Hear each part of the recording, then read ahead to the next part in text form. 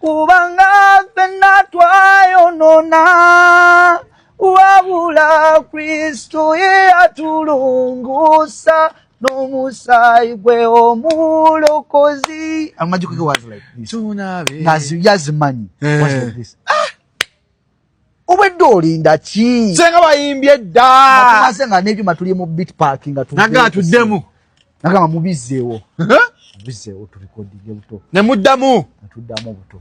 N'ogikuba n'ogiwanika. N'enjikuba n'enjiwanika. And that night, Sategera yagamba. Actually, nakamba kale tugende. Nze nalina waka nambivuddeko. N'agitoba enkeera ekiro. Sawa zalinga. Salinga sawa 3. Bwebe kuba se yangamba tegena kuba. Yali akimanye gena kuba. My mom called me. Mama wange nangamba gwe yasindikana voice note sawa zali 7 gwatiro. Nangamba kali akantu ke mwakoze ne DJ okagenda kuba. How was the feeling? Ngaze ncha doubtinga. Nangamba gwe genda okalabe. Like kijja kyanti kuliko challenge abantu besatunga mwakakata.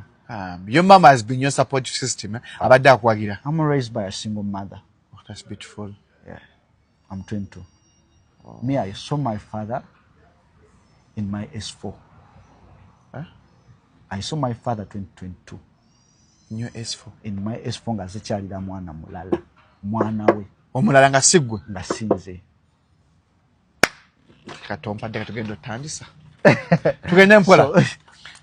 Wakuya tababye kutaatawo. First time you sing your father wali musinyafo? Like okumulabanga. Ate nga zekyalira mwana mulala nga sigwe. Kuba twamunonyaako ne mama ne Chigana. You know, abasajja batwabaki. So that's why me, I'm always at the ladies' side. I respect them.